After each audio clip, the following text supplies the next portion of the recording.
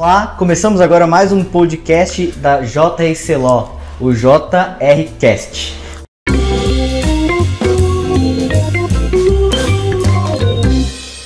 Hoje estamos com dois convidados muito especiais, Dr. Jean Sioff, CEO e advogado do escritório JRC Law, e o Douglas Dueck, economista e CEO da Quist Investimentos.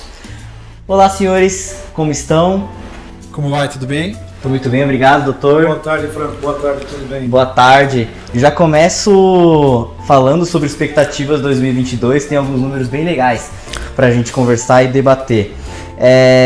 Inflação, expectativa entre 5 e 6. Não acredito nesse número, para ser sincero, porque já bateu, ano passado bateu o teto, bateu em 10%.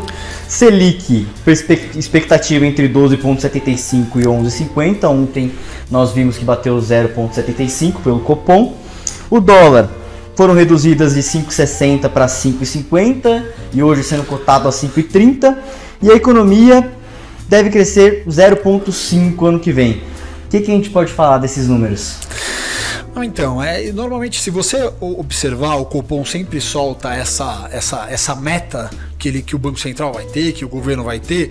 Nos últimos 10 anos, se você observar a meta, eles nunca bateram meta nenhuma, então é uma projeção. E a gente brinca que economista nunca está errado, está revendo a projeção. Então, é assim, e a economia não é uma ciência exata. Então, o que a gente faz? Então, a inflação foi totalmente descontrolada, então se você pegar 2, 3 anos antes, a expectativa da inflação não era aquela, baixou juros para poder normalizar o mercado, e aí você sobe um pouco os juros para tentar exatamente conter a inflação, conter um consumo desenfreado que está subindo o preço das coisas. Então é sempre uma balança onde eu fico subindo e tentando equilibrar. Acho que vai ser um ano desafiador em termos econômicos.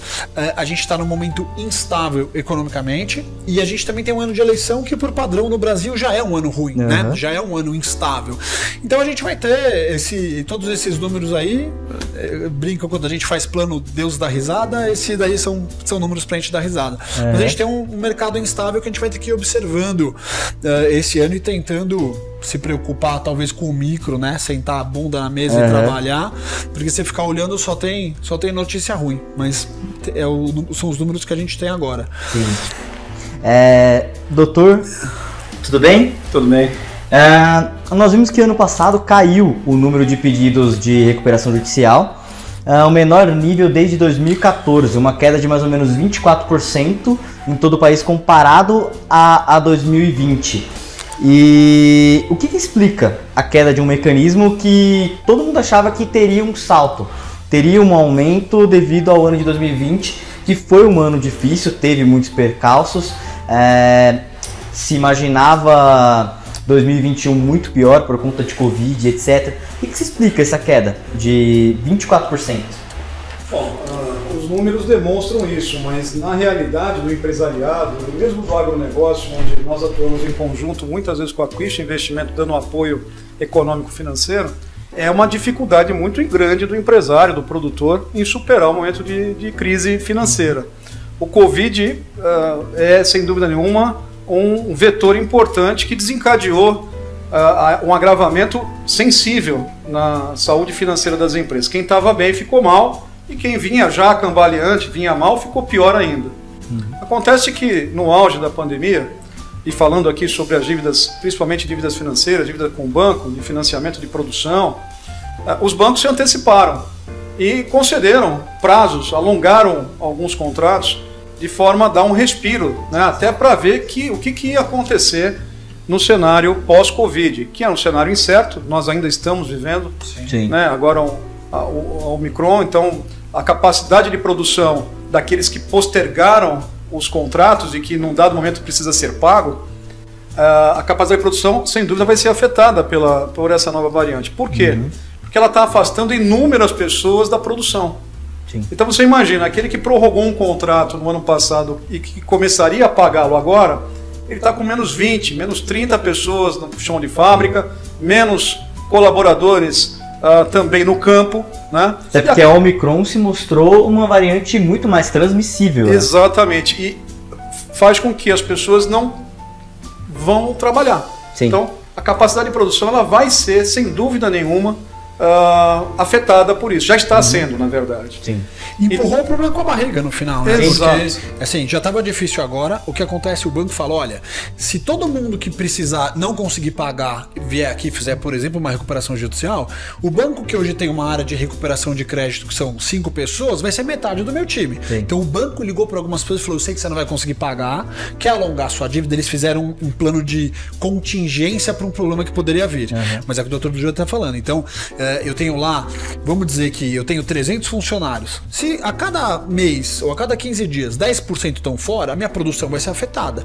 Os juros, do outro lado, ontem subiu a Selic, mais que dobrou nos últimos 6 meses. Então, se era difícil para eu pagar essa dívida agora a CDI, que ninguém toma dinheiro a CDI, no mínimo dobrou. Então, uma empresa comum que tem 10, 15% de margem de lucro líquido, hoje pode ser que ela passou do prejuízo para o lucro, do lucro para o prejuízo. Então, e com a produção afetada, que é o que ele está falando. Então, esses números podem mudar sensivelmente esse ano, porque se não houver uma nova negociação desses contratos, tendo em vista essa nova variante, e com a queda da produção, os pagamentos previstos para aqueles contratos que foram prorrogados, sem dúvida nenhuma, terão problemas na quitação. Existe uma previsão, Veja, então, desses números de recuperação judicial para 2022? Eu diria que a nossa sensibilidade, tanto da esfera jurídica quanto da esfera econômica, é que esses números podem aumentar sensivelmente ao longo do ano, exatamente pelos fatores que o próprio Douglas mencionou. A insegurança política, isso afeta o investimento,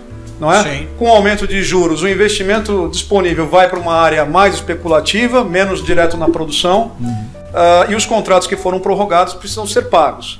Então, a conjunção desses fatores pode trazer, de novo, um nível de crescimento das recuperações judiciais, que, diga-se de passagem, é importante frisar, é um mecanismo previsto em lei para ajudar aquele que está numa situação difícil circunstancialmente. Sim. Então, ela em nada tem ou guarda a relação com o calote. Muito pelo contrário.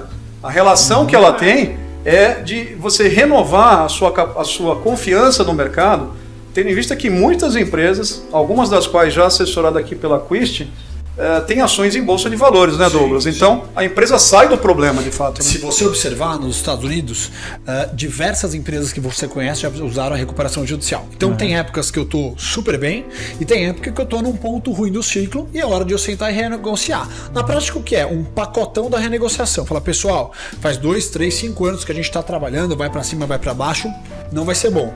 Vamos sentar aqui e renegociar tudo? Só que se eu renegociar com você é fácil, mas se eu tenho 3 mil, 5 mil credores, é difícil. Sim. Então a recuperação judicial ela faz a vontade da maioria funcionar. Então todo mundo, mais a metade aceitou, 50 mais 1 aceitou fazer o parcelamento em X 10 anos, então tá feito. Então aí a lei vai fazer que sirva para todo mundo. É um gatilho de reestruturação. É um gatilho é uma lei de reestruturação que prevê um tempo para a empresa se reorganizar. Ela é feita sob medida para uma dificuldade. Não tem nada a ver com o calote ou com a falência. Eu sento, reorganizo e faço uma proposta para meus credores. Então, vamos fazer um paralelo, Franco. Você estava falando do número, da queda dos números.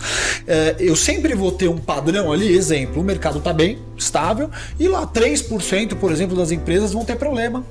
Tem um índice de quebra, é normal. Num ano que a gente tem uma pandemia descontrolada, coisas que a gente nunca viveu, então você tem... Qual foi a última vez que a gente soube ou sabe de um shopping fechado 3 meses? Talvez a gente não tenha um paralelo para isso. E aí o número caiu, é muito estranho. Então a gente acredita numa onda retida por essas coisas. Então, ou o banco alongou, ou empurrou o problema com a barriga e está coroando juros, então eu devia 20, com certeza o banco não vai fazer eu pagar 20 no ano que vem.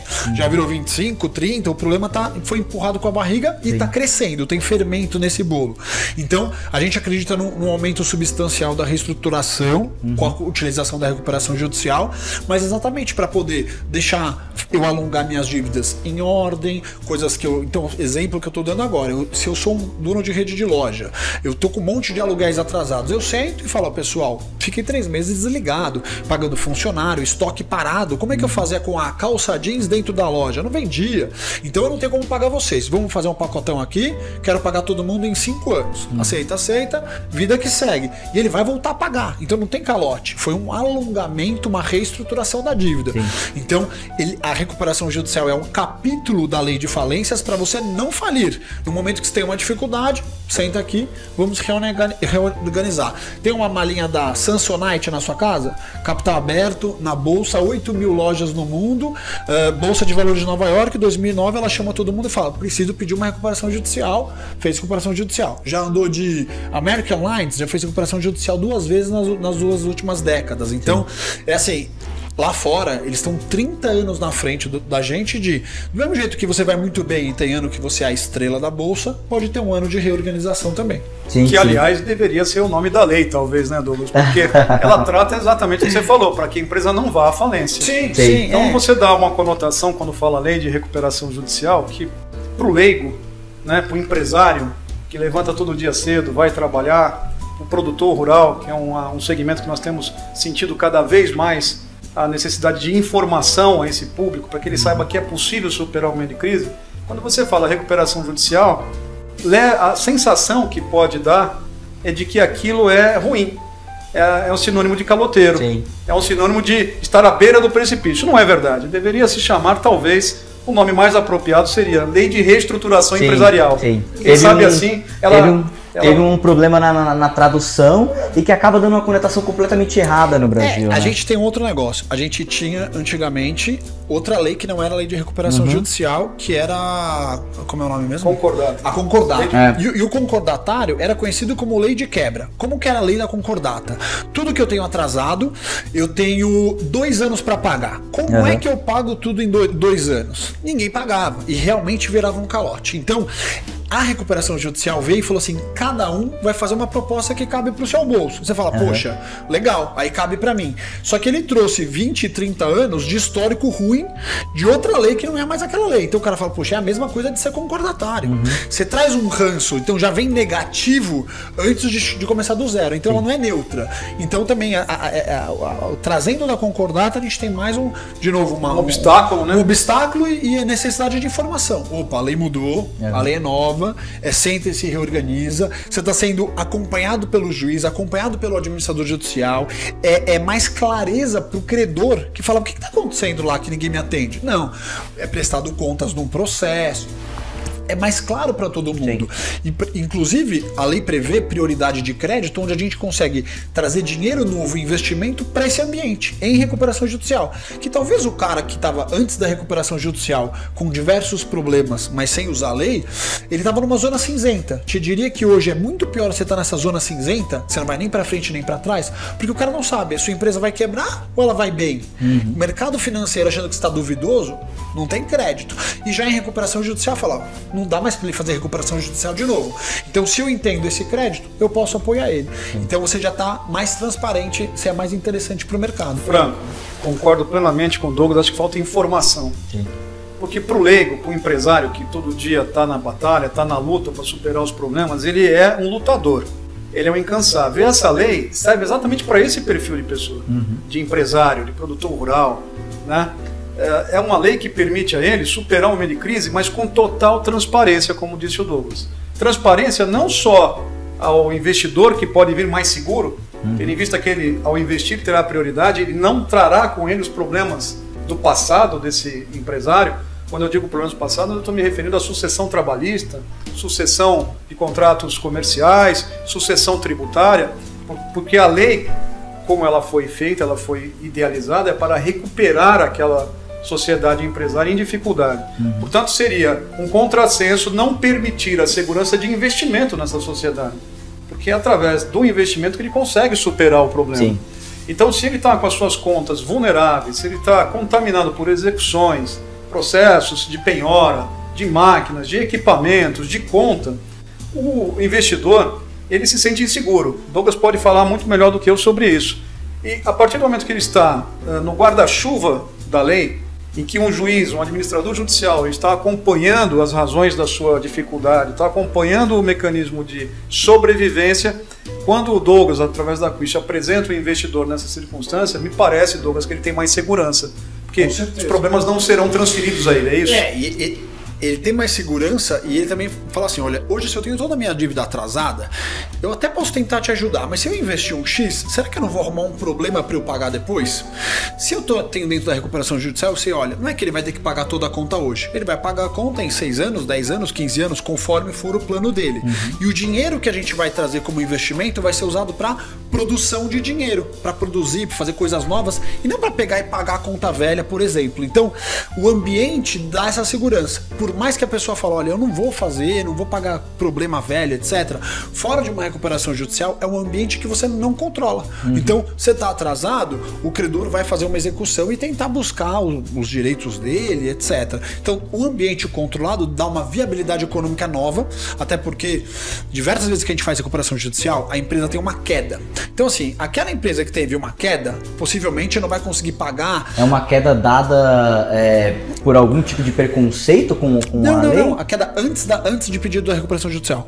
Então, assim, exemplo, a gente fez aqui uma série de construtoras da Lava Jato. O cara que estava na Lava Jato e atendia a Petrobras estava gigante e de repente ele virou 20%, 30% do que ele era porque ele deixou de atender Petrobras, tinha uma concentração e aí os clientes que eles atendiam, outros não Petrobras, 30%. A história do cavalo branco, né? Com 2 clientes ele batia o faturamento anual da empresa. Então, mas aí o que acontece? De um dia para o outro... O que acontece? Quando ele aconteceu, então essa empresa com certeza não vai pagar a dívida da que era grande.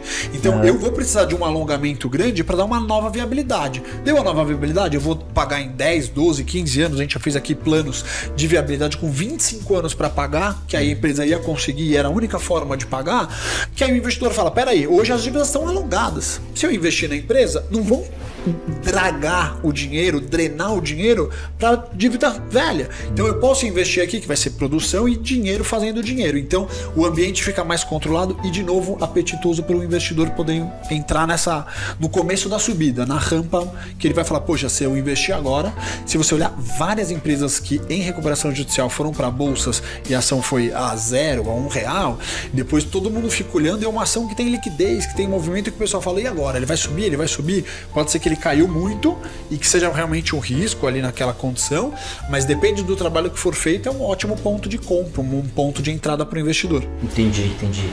Nós somos um canal, vocês sabem, de disseminação da lei da recuperação judicial. Nós estamos aqui justamente para quebrar os paradigmas, quebrar possíveis preconceitos da lei da falência, da concordata lá atrás. E aí, o que é importante dizer quando a gente fala de recuperação judicial? Principalmente no fator comunicação, porque a gente sabe que o Brasil é um país feito de narrativas e que às vezes o que mata as empresas é a comunicação. O que pode ser feito dentro da comunicação com a lei da recuperação judicial? Acredito que muito por conta da transparência também. O que pode ser feito? Acho que é o momento de a gente sentar, a gente sempre faz, em conjunto com a parte jurídica, etc., um comitê de crise. E é importante você conseguir transmitir para o seu credor, para funcionários, para todos os stakeholders, todos os envolvidos, a realidade. Porque se eu não te falar nada, você fala, ih, tá quebrando, você ficou sabendo, vai falir, não vai. Se você não comunicar, aí que é um problema bastante grande, porque cada um conta a história que quiser. Então a gente fala, ó, então muitas vezes a gente solta uma nota no jornal, a gente solta uma nota no site da companhia, olha, teve a crise, é o corona, é a Lava Jato, o que quer que seja naquele momento, as causas da recuperação, e explica os próximos passos, a gente vai alongar a dívida, a gente pode trazer um investidor. Qualquer comunicação já é melhor do que não comunicação nesse caso, porque, de novo, cada um vai falar e pensar o que quiser. E principalmente que é o momento que o cara vai ficar mais... Não existe forma errada de comunicar, o errado é não comunicar. Exatamente. Né? Nesse caso. Eu acho que o fator importante agora, que nós estamos entrando num ano de 2022 com muita incerteza econômica, política, sem contar que várias matérias-primas sofreram uma variação de preço para maior significativa. Em alguns casos, a ausência de componentes de matéria-prima para produção. Então, junta isso tudo, aliado à questão da queda da produção por afastamento dessa nova variante do Covid, ao cenário internacional, aumento de juros e tudo, você tem uma tempestade, o empresário que não se reergueu ainda desses 2 anos de dificuldade. Então, é preciso levar esse empresário informação. E dentro dessa informação é preciso deixar claro alguns pontos. O primeiro, que trata-se de um diálogo. Porque o credor de alguém é o devedor de outro. Sim. Então isso é um efeito dominó, né, Douglas? É preciso interromper esse efeito dominó devastador, ruim, do que a gente chama de ciclo da morte, né? E trazer a informação de que isso é um processo através do qual você exerce o diálogo. Então, inúmeras vezes nós somos procurados, ou somos chamados pela Quist, ou o cliente procura ambos, não é? Querendo saber o seguinte: o que eu faço? Eu já não sei mais, eu já perdi o sono, eu luto com todas as forças para superar as dificuldades, mas elas estão crescendo num ritmo que eu não sou capaz de enfrentar. Então, o que a gente mostra para o empresário é que o primeiro passo é analisar toda a dívida, separar a origem dessa dívida e tentar um diálogo com os credores.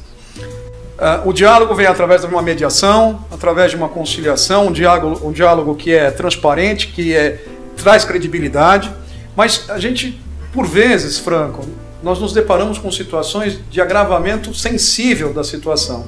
Porque quando você vai travar um diálogo com alguém que já não tem crédito eu digo, nas promessas reiteradas e que infelizmente, por ausência da vontade dele, não foram cumpridas. É a terceira vez que ele promete, sem querer não cumpriu. Sem querer, de boa fé, tentou.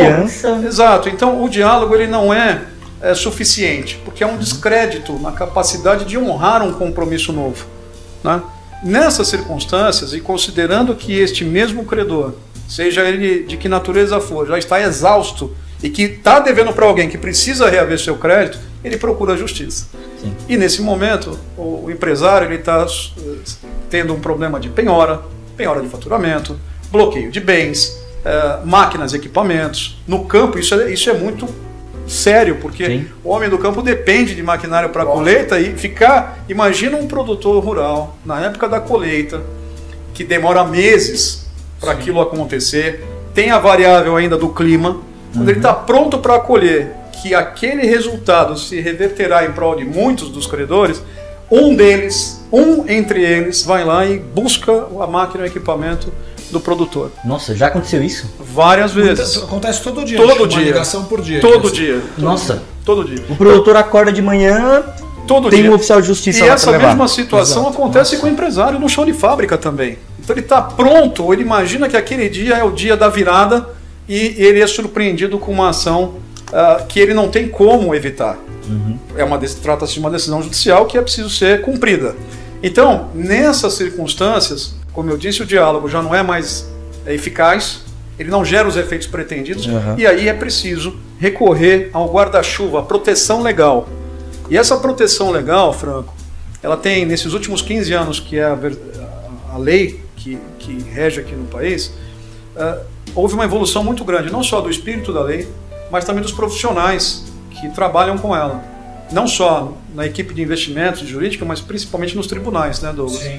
Então são homens e mulheres que conhecem profundamente esse instituto e que sabem que foi criado pensando na recuperação. Portanto, aquele que não tem mais capacidade de se reerguer, ele não merece o mesmo benefício da proteção legal. Sim. Que proteção é essa? De ficar 6 meses sem ter as suas máquinas e equipamentos bloqueados, penhorados, retirados da produção, período no qual haverá uma negociação transparente com todos os credores, com um tratamento igualitário, exceto por aquele que apoie a empresa, e aí ele pode ter um tratamento no pagamento do seu crédito privilegiado, porque ele está no final do dia, embora credor, ajudando a empresa a sair do problema, portanto ele pode ter um tratamento diferenciado nisso, e essa lei, essa proteção, pode também trair investimentos, que é o que a Quist aqui faz todo dia, como mola para alavancar a operação daquele empresário em dificuldade. Então,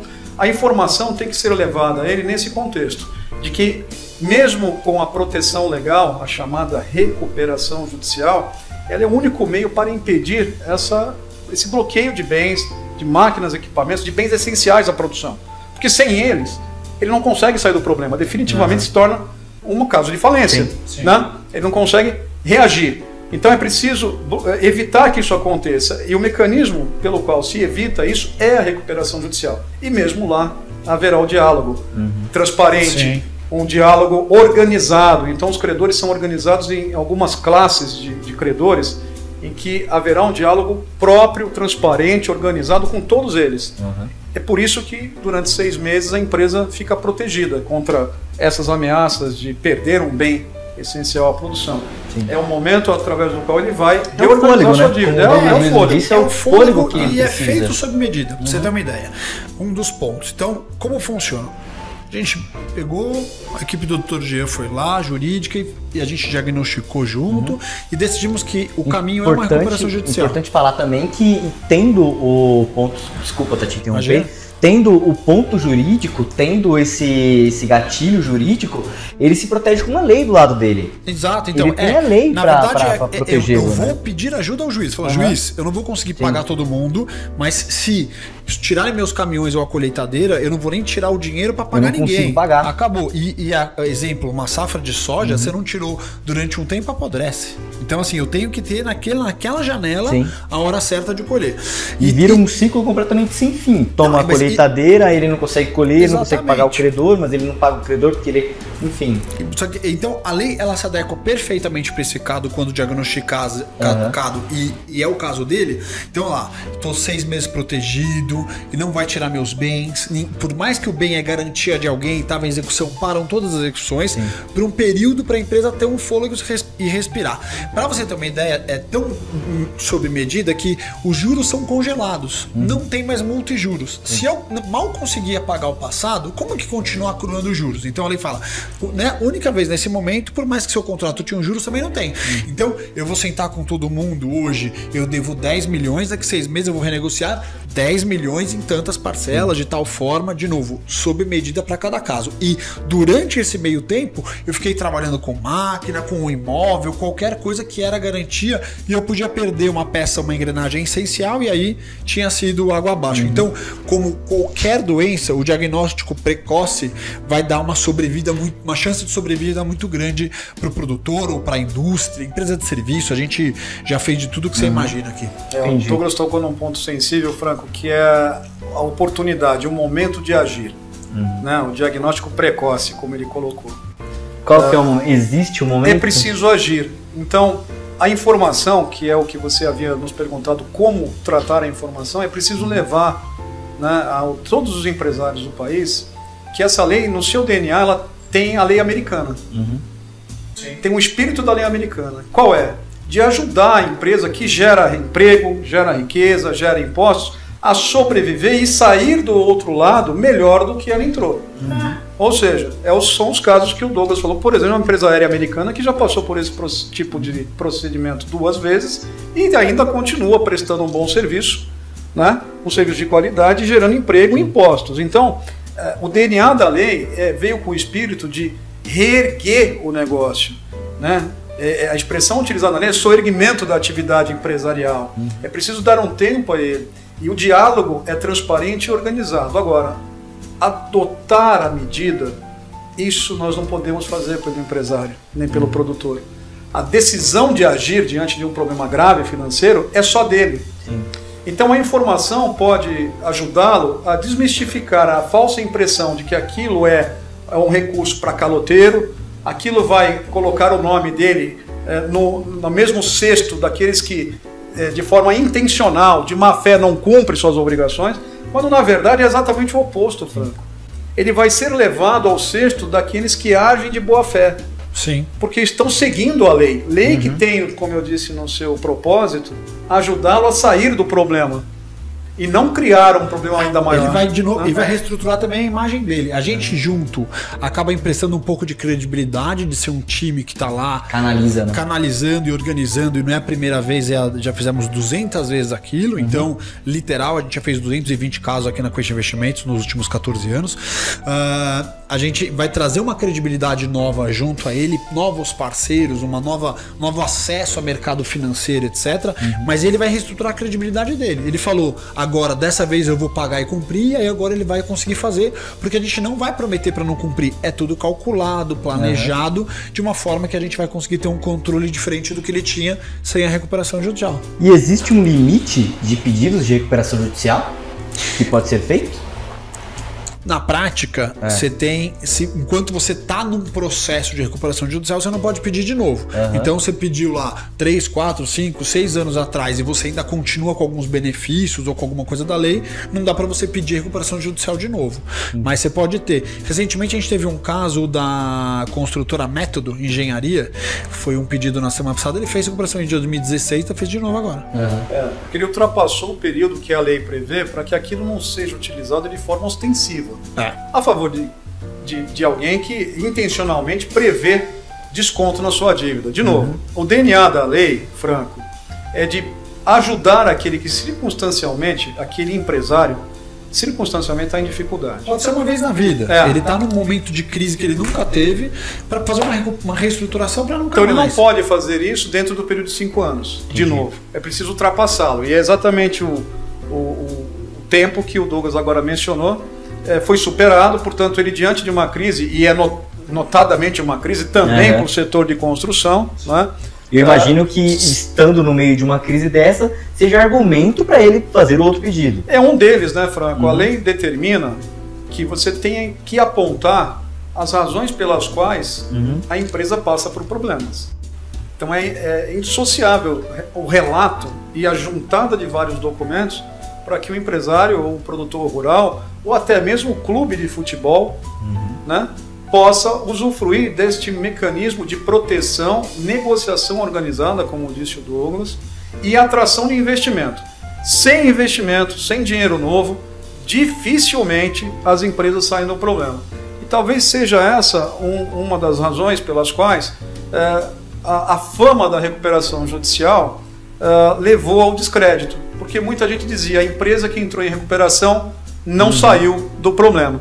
E ao analisar vários desses casos, e nós nos reportamos a uma data bastante mais antiga do que a mais recente, porque houve um amadurecimento, né, desse instituto no Brasil, os próprios fundos de investimento começaram a apostar no soerguimento daquela empresa, viram que ele tem mais segurança para investir, porque o dinheiro, como disse o Douglas, vai para a produção, não vai para pagar a dívida antiga, e ele não trará consigo a sucessão, portanto ele fica seguro, né?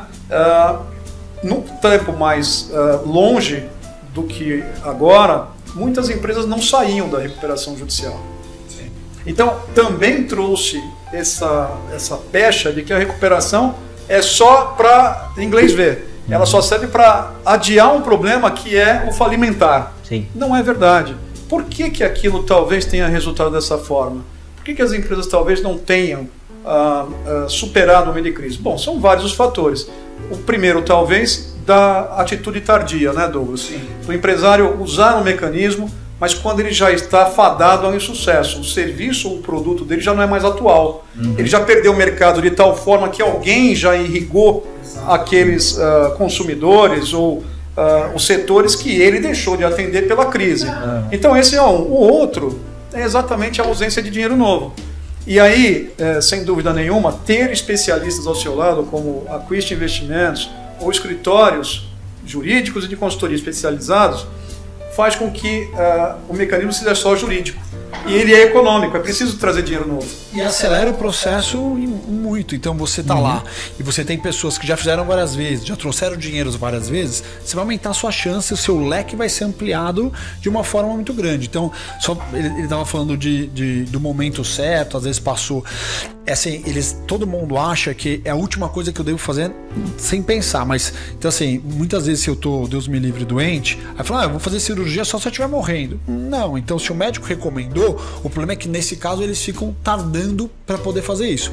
Para quem quer uma recuperação na escola? Para um aluno que ainda tem ali nota 4, 5, estuda no final do ano e recupera. Então assim, se eu tô nota 5, não adianta eu virar nota 0 para ir buscar uma recuperação judicial. Nos índices, várias empresas fechadas, paradas, entravam com pedido de recuperação judicial, o que já era uma empresa falida. Então, por a lei ser um pouco lenta no Brasil, então assim, o cara fechou, tá tendo processo trabalhista, teve uma greve e o cara desligou a fábrica. Vamos pedir uma recuperação judicial? Aconteceu isso, tipo, 10 anos atrás, etc. Esse cara tá no índice de empresas que começaram e não terminaram. Então, a recuperação é para uma empresa ou para um grupo ou para um produtor rural que está rodando, tá tendo dificuldade, tá sendo diminuído e a dívida tá impossível de ser paga naquele momento. Aí eu vou sentar, não vou pagar agora porque eu não consigo, e aí eu vou reorganizar de uma forma que eu possa pagar. Entendi. De forma muito prática, qual é o processo para se pedir recuperação judicial? Sabendo da sensibilidade, tendo a recuperação, qual é o momento e qual é o processo? O que o produtor tem que fazer?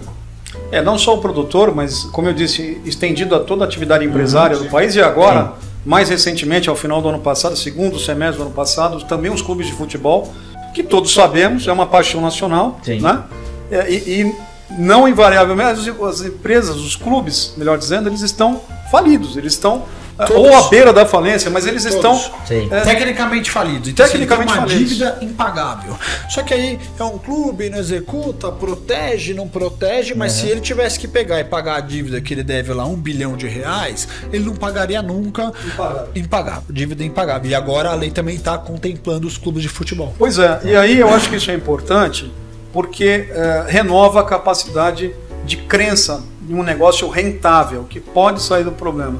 Os clubes de futebol não têm dono no Brasil. Sim. Então, entra a gestão, formato sai a gestão. Né? Exatamente. Por melhor que seja a intenção daquele gestor do clube naquele momento, o fato é que vários compromissos na gestão anterior foram deixados de lado e não cumpridos, e uma boa gestão atual, inevitavelmente, terá que deixar de cumprir alguns. Então, é um ciclo da morte. De clube que tem a dívida e paga só os juros. Paga os juros e a dívida tá lá. Você pega uma época impagável. Vou pagar só o serviço da dívida. Aí eu pago ali para não ser executado, vai pagando, mas a dívida tá guardada. Imagina essa situação num período de pandemia, onde os estados ficaram vazios, onde a receita da bilheteria, que é preponderante aos clubes, para manutenção, de pagar os juros ou de sobrevivência, eu diria. Tem clube que você pega a bilheteria, é a segunda maior renda, primeira ou segunda maior renda. Durante 2 anos. Então, imagine o agravamento que os clubes tiveram. Então, a lei, que é de 2005, e que, como eu disse, tem no seu DNA o espírito americano, né, de reerguer a empresa, a sociedade que está com uma situação difícil circunstancial do ponto de vista financeiro, os clubes agora também podem utilizar.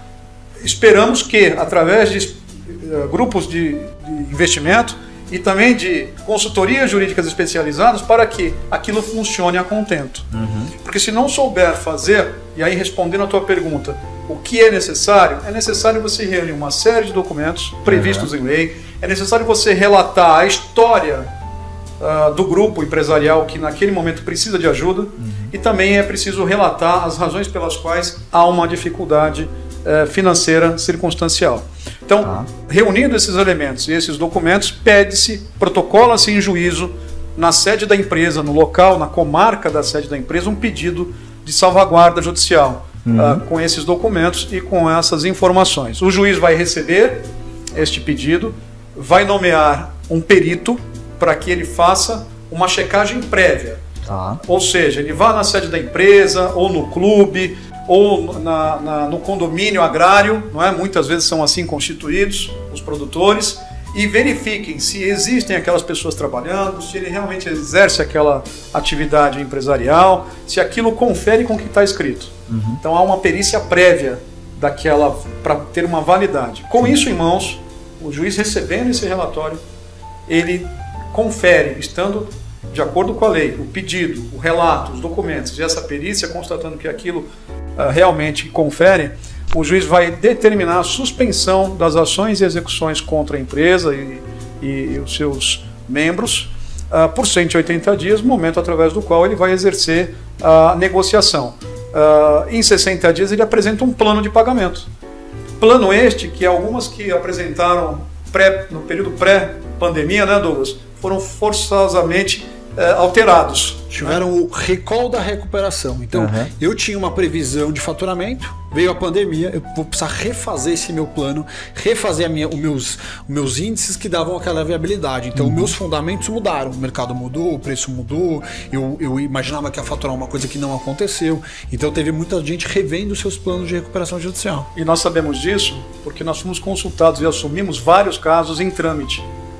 Então, já havia sido apresentado um plano de pagamento, estava sendo discutido com os credores e, de repente, a pandemia muda toda a previsão. Esse é um dos casos do Grupo Maldani? Exatamente. Que eu falo porque saiu no Valor Econômico na semana passada e o escritório, o JRC Law e a Quist Investimentos assumiram a coordenação da recuperação judicial. Exatamente. O que isso quer dizer na prática? Quer dizer que ele já tinha protocolado em juízo um pedido de salvaguarda há mais de um ano e o processo judicial... É de onde? Desculpa? De Balsas. De Balsas. No estado do Maranhão. É uma região que ficou conhecida nos anos 70, 80 como Cinturão Verde. Então muitos produtores, um polo agrícola, porque o clima, o relevo, enfim, ele favorece a produção de algumas culturas, como a soja e o milho em particular. Então muitos produtores do sul do país, naquela ocasião, vislumbraram a oportunidade de ir para essa região do país, porque naquela ocasião a terra ainda era barata, né? E havia a perspectiva de uma melhor capacidade de produção. Lá era quase que um semiárido, né? Você pega 40, 50 anos atrás. Então, mas hoje tem tecnologia para corrigir terra, você tem uma série de coisas que te ajudam ali, e era um lugar para comprar uma terra, se eu tinha 1.000 hectares no Mato Grosso, exemplo, para comprar 5, 10 mil lá. Era mais difícil de chegar nessa fronteira agrícola, você tem um trabalho maior para fazer, mas eu tive uma capacidade de produção hoje muito maior, e hoje tem fazendas super valorizadas lá. E o Grupo Maldani atua nessa região do país. E há mais de um ano requereu a salvaguarda. Os fatores são os mais variados, como o clima, a quebra de safra anterior ao pedido, onde ele foi levado a pedir a proteção judicial. Mas o fato é que o processo vinha se arrastando, por assim dizer, e não por culpa do judiciário, né, exclusivamente, mas pelas diversas... Os diálogos são num processo de recuperação, Franco, dentro do processo. Né? Ele é um processo organizado de negociação. Então, quando você tem a desconfiança ou descontentamento de um determinado credor, por exemplo, as questões jurídicas se sobrepõem às econômicas. Isso faz com que o processo, muitas vezes, ele se alongue, sem ser definitivo no ponto de vista de resolução. Então, há um ano se discute questões neste processo em particular que nada tem a ver com a renegociação da dívida, que sequer começou com os credores. Então, é um cenário de insegurança, principalmente para o Grupo Maldani, que agora está também experimentando os efeitos nefastos da pandemia, né? E sem deixar de mencionar o clima. Então, nós temos aí um clima completamente diferente do habitual. Nós temos o sul do país sofrendo com uma estiagem seca e altas temperaturas muito grande, e nós temos o próprio Maranhão, a Bahia, né, o estado de Minas Gerais, que sofreram com chuvas. Muita chuva. Então isso, sem dúvida, afeta a produção e a capacidade de pagamento antes prevista. Então, está se falando uma perda de produtividade de 39%. A gente teve duas coisas destoando muito grande lá. Então, vários lugares enchente, vários lugares seca, e realmente as intempéries climáticas aí esse ano foram... Pegou 3 estados, Paraná, Santa Catarina e Mato Grosso. Ali no sul teve essa parte, e lá para cima teve muitos lugares de enchente. Então, imagina um produtor dessa área que não queria pedir a recuperação judicial, em grande parte porque não a conhece na sua plenitude. Então, ele vem se arrastando com as próprias forças para superar o momento, para pagar, postergando contratos esses que, como o Douglas falou, os juros não param de correr. Sim, o ano que vem eu te pago, e agora que o ano que vem é 30% a menos? E se eu tenho uma margem de 10, 15, 20% de lucro, eu vou ter um prejuízo esse ano. Então, assim, eu coloco 7 milhões de reais de insumos para virar 10, e aí eu vou colher 6. E eu ainda tinha que pagar uma dívida, que eu peguei esse 7 que eu coloquei emprestado no banco. Como é que eu faço? O banco, se eu não vou conseguir pagar, vai me financiar de novo? Como vai ser a próxima safra? Então é o momento de pelo menos a gente falar daquele diagnóstico. Será que é meu momento? Será que preciso? E aí é importante, Franco, desculpe interromper, mas é importante dizer o seguinte. a decisão é do empresário, é do produtor ou do dirigente do clube em dar o primeiro passo. Sim. Ele não dará um passo adiante sem ter certeza das ferramentas que ele tem à sua disposição e o que elas podem fazer por aquele clube, ou por aquele produtor rural, ou por aquela empresa em dificuldade. Então, é preciso que ele tenha essa informação exaustiva das possibilidades de superar o problema. Agora, quando um produtor ou uma empresa, ou até mesmo um clube de futebol, pede a recuperação judicial, significa que ele já tentou os mecanismos de diálogos extrajudiciais, que, aliás, devo destacar, nós preferimos também, tenho certeza que os fundos de investimento, assim como os advogados, preferem resolver o mais rápido possível o problema, da forma mais segura, mas como eu disse anteriormente, dado o agravamento e das promessas reiteradas não cumpridas, às vezes esse diálogo extrajudicial não surte o efeito necessário, é preciso ir para a justiça. Sim. E aí tem duas consequências importantes. A primeira, como eu disse, é a suspensão das ações e execuções. A segunda, e eu diria que essa talvez seja a mais importante para o empresário, é que ele deixa de pensar no problema, Franco. Nós é que passamos a conduzir esse processo. Ele se preocupa com o que realmente é necessário. É necessário. Um especialista em crise, Exato. né? Ele tem que ficar focado no que ele faz bem. Sim. Ele vai produzir parafuso ou soja e vai deixar problema para quem sabe gerir problema. É o cara que tem que acordar 4, 5 horas da manhã, que está preocupado com a fábrica, está preocupado com a lavoura dele. Isso. Então ele volta a se dirigir as suas atenções à produção, ao seu negócio, e ele já começa ali a interromper aquele ciclo da morte, em que ele só pensa no problema, não acha uma solução efetiva, um caminho que leve a uma solução efetiva. Da morte é um ótimo adjetivo para isso. Isso leva ao colapso. Sim. Né? Então ele não consegue produzir, ele não consegue pensar em novos produtos, serviços ou formas de produzir no campo, por exemplo. Tem muita tecnologia disponível. Hoje você tem mapeamento de campos e lavouras por drones, Franco. Então, imagina um homem do campo que acorda, como você disse, cedo, trabalha, né?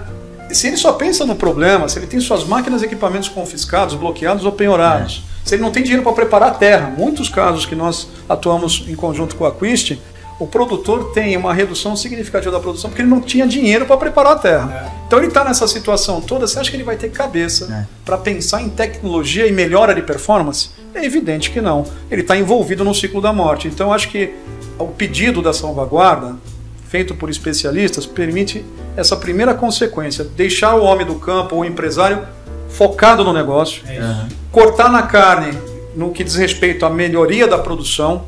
Se não preservar todos os empregos, uma grande parte deles, né, Douglas? Sim, porque se eu quebrar, não vai sobrar ninguém. Não vai sobrar ninguém. E muitas vezes o juiz, a lei, tá vendo isso, né? Então, quantas pessoas trabalham nessa fábrica? 500, são 500 famílias, até indiretos, então até a tiazinha que vende café e bolo na porta da fábrica. Todo mundo ali vai ser afetado. Talvez o juiz não tá se preocupando muito com o dono, se o dono vai muito bem ou vai ficar muito rico ou muito pobre, mas ele tem um bem social muito grande ali. E por fim o imposto que ele gera na região e etc. Então tem muita gente, muita coisa envolvida, né? Sim, sim. E achei interessante vocês falando que vocês falaram do grupo Maldânia. Sim. Uma notícia que inclusive eu vi, que eu comentei. Quais são os próximos passos para esse produtor? Porque ele já vinha há um ano que ele havia feito. Há um ano e meio, esse pedido foi protocolado na justiça local. Eu diria que o nosso primeiro passo foi fazer o diagnóstico atento à circunstância do processo, em primeiro lugar, compartilhar com a Quist Investimentos, que é o assessor econômico financeiro, tudo o que ali aconteceu. Sim. E vamos agora juntos traçar um plano efetivo antes de nos apresentarmos ao juiz e às autoridades que conduzem o processo, né? Efetivamente, nós vamos levar a eles informações atuais do produtor, do recuperando, do grupo recuperando. Estivemos já na sede da fazenda, temos dados de produção, fotografias, vamos levar ao juiz. É importante, Franco, sabemos que há uma assimetria de informação. O juiz, o Ministério Público, não é? O assistente judicial, ele não está no dia a dia daquele produtor. Então a gente precisa, no primeiro momento, levar a informação, dizer, estamos assumindo, vamos liderar o processo a partir de agora. Nossa intenção é de que ele seja efetiva na busca por uma solução com todos, para o recuperando e para os credores. Vamos iniciar o contato através da Quist com todos os credores, nos apresentarmos e prepararmos um plano de pagamento. Exato. E ao juiz, ao Ministério Público, ao assistente judicial, nós vamos apresentar a eles uma forma de desatar o nó do processo. O que realmente importa é permitir que os credores recebam o mais rápido possível o seu crédito e permitir que o produtor prossiga na produção, Fran. Porque o Brasil alimenta metade do mundo. Sim. Né? Então, e 90% da produção nacional está concentrada na agricultura familiar. Sim. São os pequenos, chamados pequenos, mas que tem uma grande parcela de produção no todo, que fazem a economia girar, inclusive na pandemia. Então, vamos levar essa informação para a Justiça, apoiados sempre na condução econômica. Então, a equipe jurídica está sempre alinhada com a Quist para conduzir o processo do ponto de vista econômico-financeiro. Né? É até importante deixar claro que as micros e pequenas empresas também podem pedir recuperação judicial. Inclusive, um número do ano passado, 604 empresas, micro e pequenas empresas pediram a recuperação judicial, 197 eram médias e 90 eram grandes. Ou seja, esse artifício, esse gatilho, ele está disponível para todas as esferas. Correto, para todo mundo. Não, a lei, o princípio é de tratar porque às vezes os iguais de forma igual. Então, se há uma circunstância empresarial financeira difícil, ele pode se porque às vezes a gente está falando, parece que é um artifício, não, é a lei. Na verdade, para todo tipo de empresa. É um mecanismo legal previsto, né, que serve para qualquer tamanho de problema.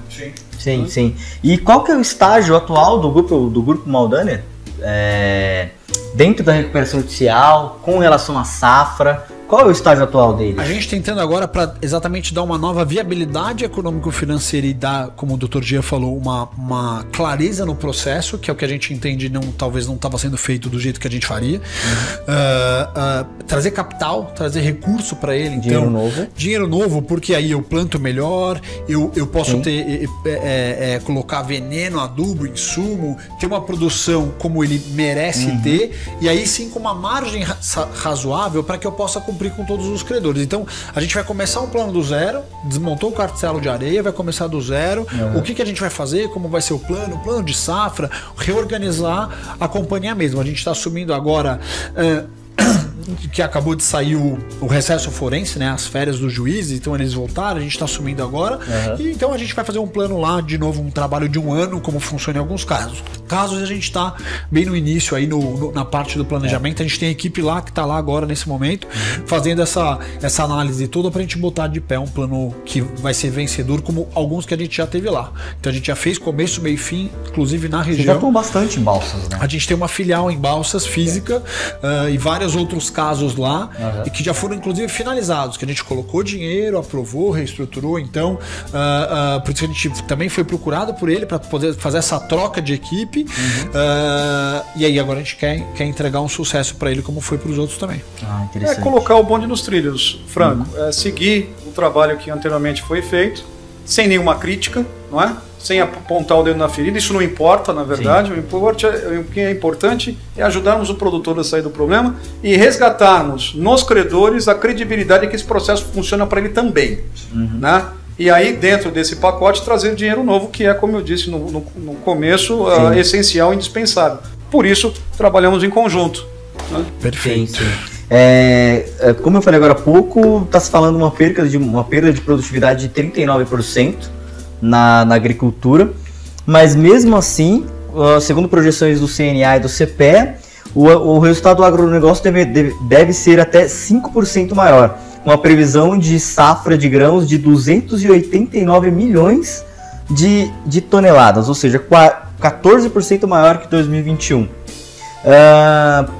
Para esse 2022, como foi dito acima já, cheio de desafios, com esses extremos, seco um lado, muita chuva no outro, mas ainda assim 5% a mais, maior que 2021. O que se pode ser dito aos empresários, empreendedores, produtores rurais, homem do campo, homem da cidade? Qual recado vocês deixam para eles? Eu acho que fica sempre atento, como a gente falou, para um diagnóstico prévio. Então, se na sua região não teve... A sensibilidade, não teve aquela intempérie, legal. Se teve, será que eu não busco... eu não acho que é meu caso, mas eu sou um especialista para achar ou não achar? Será que eu não me consulto com alguém que é mais especialista do que eu e de repente pode me economizar um baita problema, dor de cabeça, milhões de reais que eu vou economizar de fazer esse tratamento prévio? Então, se você está numa região e foi afetado de alguma forma, pode não ser o seu caso, talvez procurar um especialista, acho que é o melhor recado. Perfeito. Eu concordo, eu acho que a especialidade é fundamental em qualquer circunstância. Na saúde é assim, você procura o melhor médico disponível para enfrentar aquele problema que você tem no momento. Então, do lado econômico e jurídico, da reestruturação de empresas, clubes de futebol e também do agronegócio, procurar especialistas, sem dúvida nenhuma, vai trazer mais segurança para o empresário, para o produtor ou para o clube. E o importante também, no caso do produtor rural que você se referiu, a seca, a estiagem, as altas temperaturas no sul já levaram membros do Ministério da Agricultura em loco para constatar a dificuldade pelas quais eles estão enfrentando e passando. E a sensibilidade do governo é da necessidade imediata de postergação de contratos com os bancos públicos e tal, e o acionamento do seguro. Criação de linhas de crédito. Por quê? Porque eles viram o problema de perto. Sim. E isso aconteceu agora, em janeiro. Sim. Nós já havíamos alertado em dezembro para a possibilidade de, diante de alguns problemas como esse, não podíamos imaginar o que o clima reservava até janeiro, que o produtor precisava saber das suas ferramentas caso estivesse diante de um problema. Ele está agora diante de um problema, Franco. Inclusive, uma live que nós fizemos em novembro, dia 25 de novembro, foi alertado sobre isso. Exatamente. Foi falado sobre isso. E esse problema do clima não era ainda um fator preponderante, nem tão grave como tem sido. Mas foi falado que poderia acontecer. Poderia acontecer. Então, veja, o seguro e também a postergação de alguns contratos por entes públicos não serão suficientes ao produtor. É preciso que ele também reorganize outro tipo de dívida. Ele deve para 20 bancos uma vez, algumas vezes, e o banco público vai ter essa sensibilidade, quiçá se adequa para ele ou não, a gente não sabe. Então, eu te dou meio ano, não resolve. Eu tenho safrinha, funciona ou não funciona, e aí, de repente, fazer esse pacotão da renegociação. Né? Mais amplo, uma reestruturação mais ampla. É claro, acionar o seguro, postergar os contratos que o governo tem liberdade para tal, e já sinalizou que fará, né? Mas nem todo produtor tem seguro e nem todo produtor, como o Douglas disse, está concentrado nos bancos públicos ou financiamento. Então, é preciso agir rápido para ajudar o produtor a sair do problema. Se através do diálogo extrajudicial, tanto melhor. Se impossível, numa situação de agravamento sensível da crise, judicialmente, não há por que não fazê-lo. Certo. Bom, espero que esse canal seja muito ouvido, tanto pelo homem do campo, quanto as empresas, empreendedores. Vocês são duas relevantes figuras do meio jurídico, do meio financeiro. Agradeço pela presença. Como foi dito algumas vezes no meio desse podcast, a comunicação ela deve ser feita, a informação deve ser levada, e é o que a gente está fazendo aqui, e a gente vai continuar fazendo e vai fazer com muito mais força. Acredito que esse gatilho tem que ser explicado, tem que ser falado, tem que ser levado a todos. Muito obrigado, Douglas. Obrigado a vocês pelo convite. Muito obrigado, doutor Jean. Obrigado, Franco, ao Douglas, parceiro aqui desse bate-papo. Tomara que isso chegue a quem precisa para saber que há uma saída. Tem como superar o problema. Muito obrigado mais uma vez. Há uma saída. Muito obrigado a quem nos assistiu até agora. Quem quiser assistir na íntegra, esse episódio se encontra no YouTube, mas também tem pílulas de conteúdo nas nossas redes sociais, JRC Law e Quist Investimentos. Muito obrigado, uma boa tarde.